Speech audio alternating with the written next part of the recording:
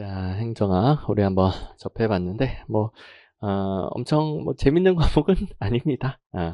하지만 그래도 이제 공무원이 될 건데 여러분들이 일할 곳 행정이라는 곳이 과연 그 현대 대의민주주의 국가에서 어떤 위치 또 어떤 역할 하고 있는지 이런 것들을 파악해 두면은 내가 여기서 일을 하는 거구나.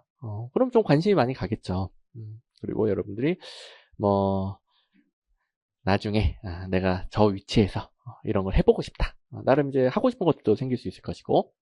아무튼 이제 기초인문 강의는 옛날 이야기 듣듯이 행정이라는 것은 이런 거구나. 내가 할 일과 관련되는 게 이런 거구나. 들어두면 됩니다.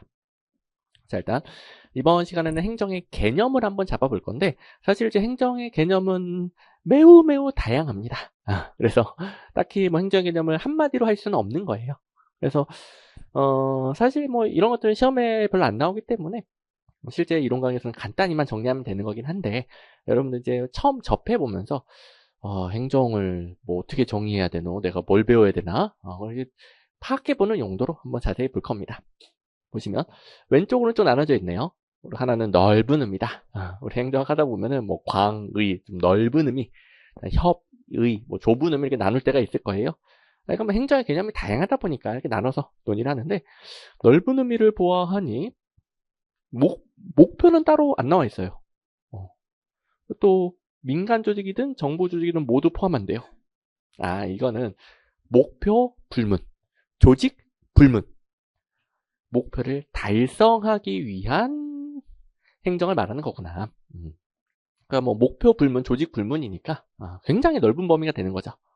그래서 광의 행정은 민간 기업이 돈 많이 벌기 위해 하는 협동적 집단 행동도 포함. 정부 조직이 공익을 실현하기 위해 하는 협동적 집단 행동도 포함. 목표는 다르지만 목표를 달성하기 위해 다양한 사람들이 협력하는 행위다. 그게 이제 광의 행정이 되겠네요. 그러다 보니까 민간 조직하고 정부 조직에 공통점이 있는 거예요. 이런 목표 불문, 달성을 위한 행위는 비슷하더라.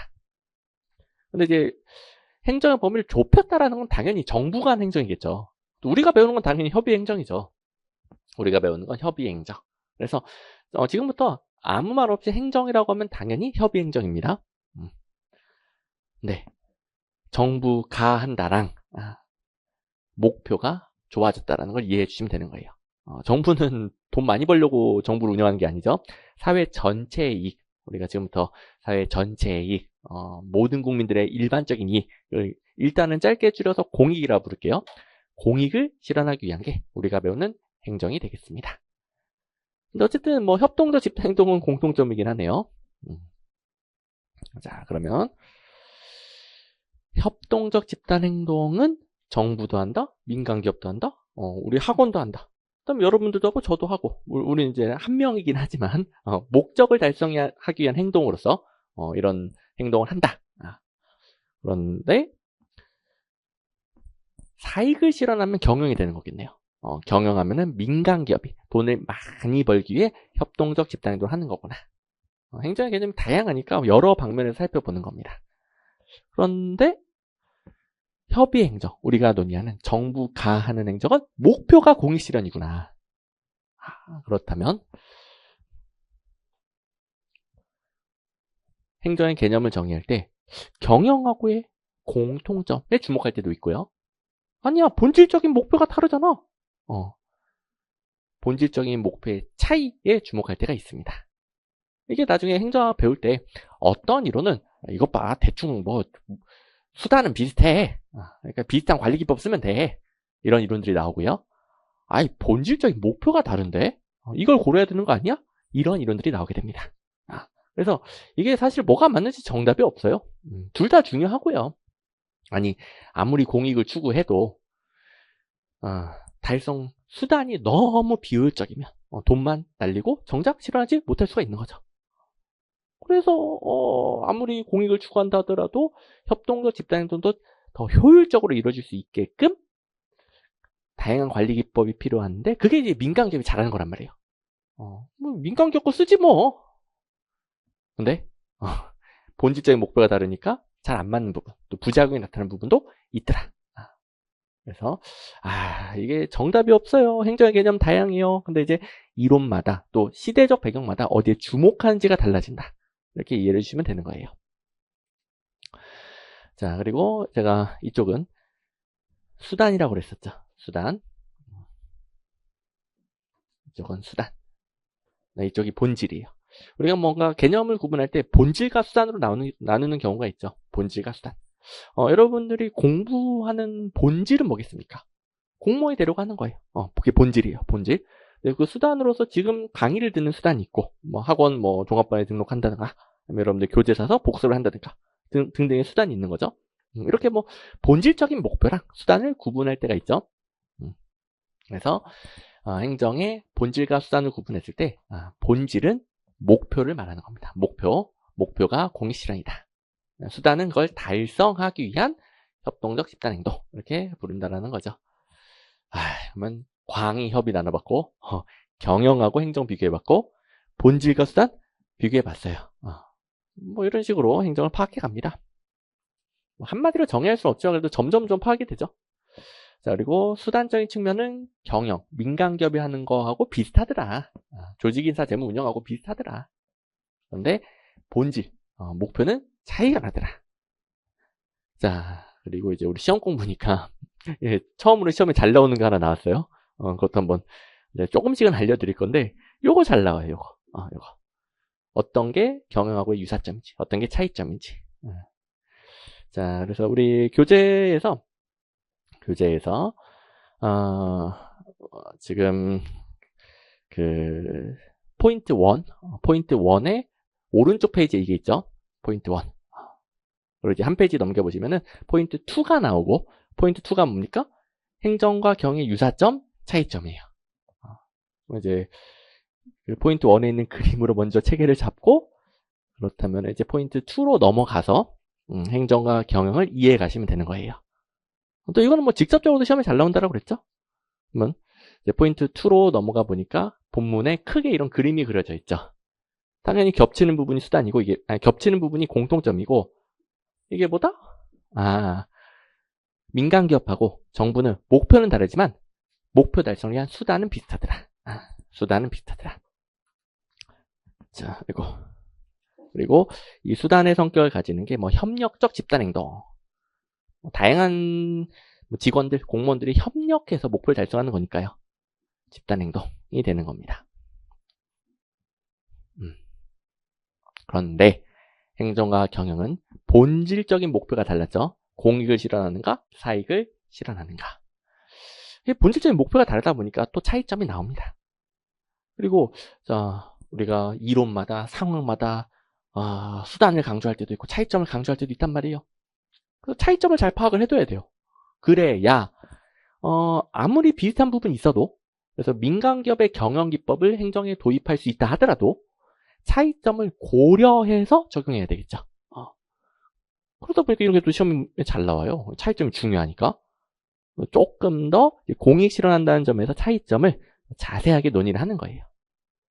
자, 민간기업은 뭐 물건을 강제로 팔 수 없죠. 우리 돈 벌어야 되니까 이거 강제로 사세요. 한마디로 권력을 사용할 수 없다. 강제력을 사용할 수 없다. 근데 정부는 코로나의 지나치는 확산 방지를 위해 영업시간 제한? 이렇게 권력을 사용해서 강제할 수 있어요. 이유는 뭡니까? 더 큰 공익이 있기 때문에. 그렇구나. 그럼 민간기업하고 강제력, 권력을 사용할 수 있는지 여부가 많이 차이가 나네. 게다가 민간기업은 자기네 기업에서 물건을 사거나 아니면 살 가능성 있는 사람, 고객만 잘 관리하면 돼요. 뭐 민간기업이 모든 국민을 챙길 필요는 없죠. 고객만 관리하면 됩니다. 그런데 행정은 돈 있는 사람만 돈 내면은 제가 뭐 해드릴게요. 행정은 그러면 안 되죠. 행정은 모든 국민을 책임져야 돼요. 어떤 경우에는 돈이 없더라도 인간의 기본권, 우리나라 국민이라면 최소한 요 정도는 누릴 수 있어야지. 기본권을 또 챙겨줘야 된단 말이에요. 그래서 이제 모든 국민을 챙겨야 되고 차별 대우하면 안 돼요. 자, 민간 기업에서 누구는 돈 냈어요. 물건 줍니다. 누구는 안 냈어요. 안 줘야죠. 당연하죠. 고객 간 차별 대우 당연히 합니다. 행정은 합리적인 이유 없이 뭐 돈 있고 없고에 따라서 모든 국민을 차별하면 안 되죠. 약자들도 잘 챙겨야 돼 있고. 이런 게 행정의 본질적인 특징. 그 다음에 이제 아주 중요한 개념. 경쟁적인 환경에 있느냐, 독점적인 환경에 있느냐. 자, 일단 뭐 우리 그 강의가 이루어지고 있는 노량진에도 어마어마하게 많은 음식점들이 있습니다. 그 많은 음식점들이 경쟁하고 있기 때문에 만약에 맛이 없어요, 여러분들 안 가죠? 너무 비싸요, 안 가죠? 민간기업 어떻게 해야 돼요? 수험생들 뭐 혹은 음식점 손님들이 좋아하는 메뉴를 개발하고 맛있게 만들고 고객이 원하는 거에 대응을 해야 돼요. 거기다가 이왕이면은 싸게 만들어야 가격도 낮춰서 받을 수가 있고 다른 음식점 안 가고 이가 싸고 맛있네 여기 가겠죠. 그러려면 효율성을 계속 높여야 돼요. 싸게 만들어야 싸게 팔죠 뭐. 효율성을 높여야 되겠죠. 비용을 줄이는 거죠. 그러면 민간기업은 계속 고객에 대한 대응성 그리고 생산의 효율성 높이려고 노력합니다. 안 그러면 망하니까. 그런데 공익 실현을 위해 딱 정부 하나만 인정되고 있죠. 기본적으로 정부는 하나예요, 하나. 지금 뭐 강의가 이루어지는 시점에서 도대체 무슨 정부라고 불러야 될지 잘 모르긴 하겠지만 뭐라고 부를까요? 아무튼 지금 공백기긴 하지만 인강 듣는 분들 누가 됐나요? 아무튼 그 되신 분 이름을 따서 땡땡땡 정부 하나밖에 없어요. 그러면 뭐 경쟁이 없으니까 딱히 뭐 고객들이 원하는 거, 국민들이 원하는 걸 정확하게 파악해서 대응할 유인도 떨어지고 어차피 망하지도 않아요. 또 국민이 세금 계속 내고 그러니까 효율성을 높이려는 유인도 부족합니다. 자, 그러면 민간기업은 대응성, 효율성이 높다. 근데 정부는 독점이기 때문에 대응성, 효율성이 떨어진다. 이 점이 또 민간기업의 관리 기법을 또 행정에 도입하게 되는 계기가 되는 거죠. 민간 경영기법을 뭐 행정에 필요가 없으면 도입을 안 할 텐데 워낙 정부가 대응성 효율성이 떨어지다 보니까 훨씬 더 대응성 효율성이 높은 민간기업의 경영기법을 행정에 도입하려고 하는 거예요. 이게 현대 행정의 여태까지 진행된 흐름이에요. 흐름. 자, 그렇다면 이 경쟁의 원리 행정문에 도입하다 보니까 뭐 행정 부분도 현대 행정은 독점성을 많이 낮췄어요. 그리고 여기서 나오는 개념이 거버넌스가 되겠습니다. 거버넌스. 우리 정부를 거버먼트라고 하잖아요. 근데 거버넌스는 이제 정부랑 또 민간의 다양한 참여자들, 민간 기업 등등을 함께 활용하는 거예요. 그래서 뭔가 정부 혼자 하는 게 아니라 민간의 뭐 기업의 효율적인 기법들을 활용한다. 민간 기업들을 활용한다. 시민들을 활용한다. 등등 정부 독점성을 줄이고 민간의 다양한 참여자들과 함께하는 방식으로 진행하고 있습니다. 이게 이제 현대 행정의 흐름이에요. 흐름. 어쨌든 독점성이 왜 문제인가? 그래서 이제 이해를 해두시면은 나중에 독점성을 낮추려는 거버넌스 관련 이론들이 더 이해가 잘 되는 거죠. 자, 그 다음에 여기까지는 그래도 잘 따라오는데 골치 아픈 게 여기죠. 근데 여기는 아까 제가 그림 그려줬듯이 여기 정치, 여기 행정 이해하면 된다라고 그랬죠. 여기서 국민의 대표로서 공익 결정, 정책 결정 그리고 미래 여러분들이 이걸 집행하는 좀 이렇게 대의민주주의 국가에서 국민의 대표의 결정을 미래 여러분들이 실현한다. 이렇게 이해해주면 됩니다. 그런데 여기서 문제가 뭐냐? 명확히 구분된다라고 치면 결정, 집행하면 되는 건데 사실 이제 명확히 구분되는 건 아니란 말이에요. 여러분들 뭐 대통령이나 아니면은 뭐 국회에서 법으로 뭔가 정해놨어요. 그걸 갖다가 실제로 실현하기 위해서는 세부적인 것들을 결정을 해야죠. 예를 들어 코로나 확산 방지를 하시오라고 결정을 내렸으면은 코로나 확산 방지를 뭘 해야 되지? 백신 접종 등등등 행정부가 세부적인 것들을 결정할 수밖에 없습니다. 현실적으로. 어떻게 모든 걸 다 정치적 영역에서 국민의 대표들이 결정을 해주겠습니까? 그리고 어떤 경우에는 정치인들이 잘 몰라. 정치인들은 뭔가 정책 만들고 집행하고 뭐 경제 위기를 극복하고 이런 전문가들은 아니란 말이에요. 그죠? 지금 뭐 선거운동 하는 거 보면은 정치인들은 다양한 사람들이 뭘 원하는지 파악해서 표를 얻어서 대표가 되려고 하는 것이지 특정 분야의 전문가는 아니에요. 근데 행정에는 지금 여러분들이 전문성을 갖추기 이렇게 열심히 강의 듣고 있고 공무원들은 전문성이 훨씬 높아요. 그리고 특정 분야의 전문가들을 임용하기도 하고요. 그래서 어떤 경우에는 정치인들이 잘 모르면 행정이 대신 결정하는 경우가 있어요. 그래서 현실적으로도 행정 관료들이 세부적인 결정을 내린다. 그리고 어떤 경우에는 국민 대표들이 잘 모르는 건 행정 관료들이 대신 결정하기도 한다. 특히 이제 뭐 경제 위기 극복을 위해 어떤 정책을 해야 되는가. 더 전문가들이 해야죠. 경제 위기 전문가들이. 이렇게 결정을 내리기도 해요. 사실 이게 애매한 거죠. 여기도 이제 공통적인 부분도 있고 차이나는 부분도 있는 겁니다. 그리고 사실 정답이 없잖아요. 그래서 어떤 이론은 그래도 명확하게 구분해야지. 국민 대표잖아. 대표가 결정하면 행정은 그대로 해. 어떤 이론은? 근데 어떤 이론은 그게 되겠니? 현실적으로도 안 되고 행정이 결정한 경우도 있고 안 돼.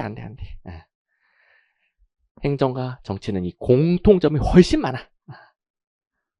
이런 이론도 있고요. 그래서 뭐가 정답인지는 우리 시험에 안 나와서 다행이에요. 아무튼 이론마다 달라요. 죄송합니다. 이제 그 두 이론에 대해서 이번 시간은 자세히 하진 않지만 우리 포인트 3번의 행정과 정치의 관계에다가 포인트 3번의 마지막 페이지를 가보세요. 그 포인트 4번 넘어가기 직전 여기 이제 어떤 이론은 정치, 행정 완전히 분리되어 있다. 이원론.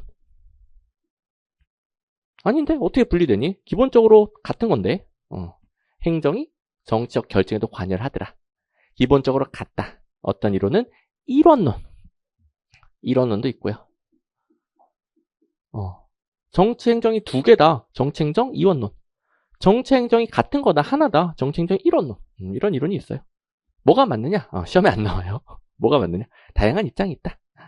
그리고 미리 시험 문제 살짝 경험을 해보면 정치 행정 이원론 입장에 따를 때 이거 옳은 거니 틀린 거니 이렇게 문제가 나와요.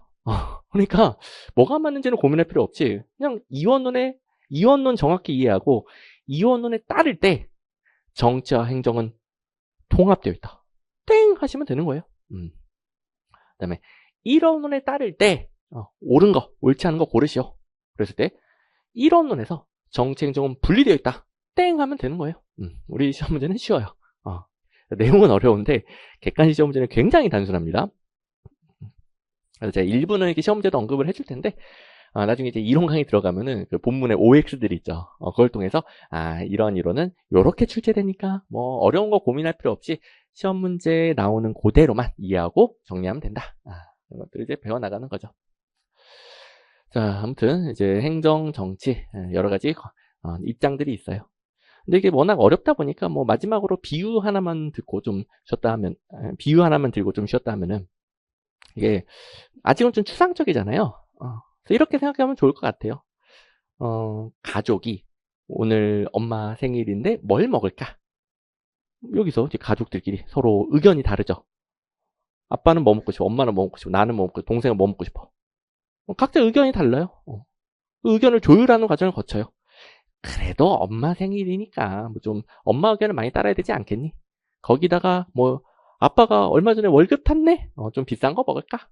근데 이제 동생이 또 초딩 입맛이야, 초딩 입맛. 이제 어른들 먹는 걸 또 안 좋아해. 뭘 먹어야 되노? 했더니 그래도 나름 뭐 가족들이 뭐 살짝 이제 비싼 거 먹으면서 동생 초딩 입맛도 고려하는 뭐 예를 들어 뭐 패밀리 레스토랑 가자. 이렇게 결정을 하는 거예요. 이런 걸 정치적 과정이라고 하는 거예요. 됐죠? 이걸 국가로 확장하면 정치가 되는 거예요.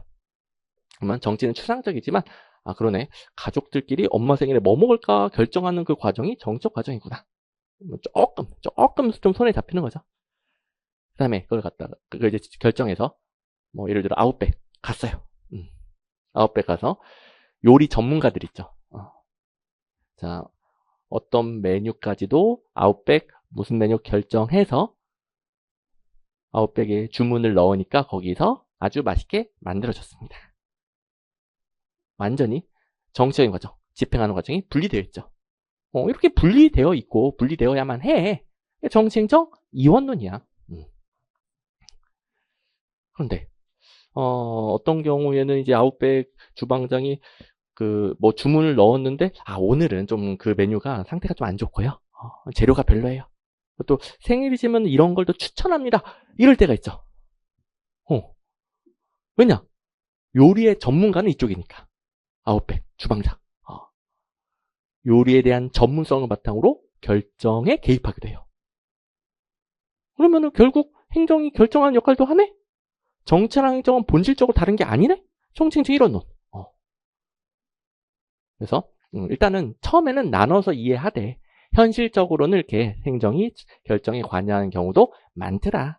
그리고 어떤 이론은 분리를 강조하고 어떤 이론은 통합을 강조하고 이렇게 파악한 다음에 우리 시험 문제 풀 때는 뭐가 맞는지 전혀 고민할 필요 없이 한쪽 입장에 따를 때 OX 판단하면 끝. 이렇게 행정학을 배워나가시면 되는 거예요. 자, 그래서 여기까지가 일단 행정의 개념이 되겠고요. 그리고 여기서부터는 좀 쉬었다 할 건데 이게 이제 행정학을 배울 때 필요한 거의 유일한 역사적 배경이에요.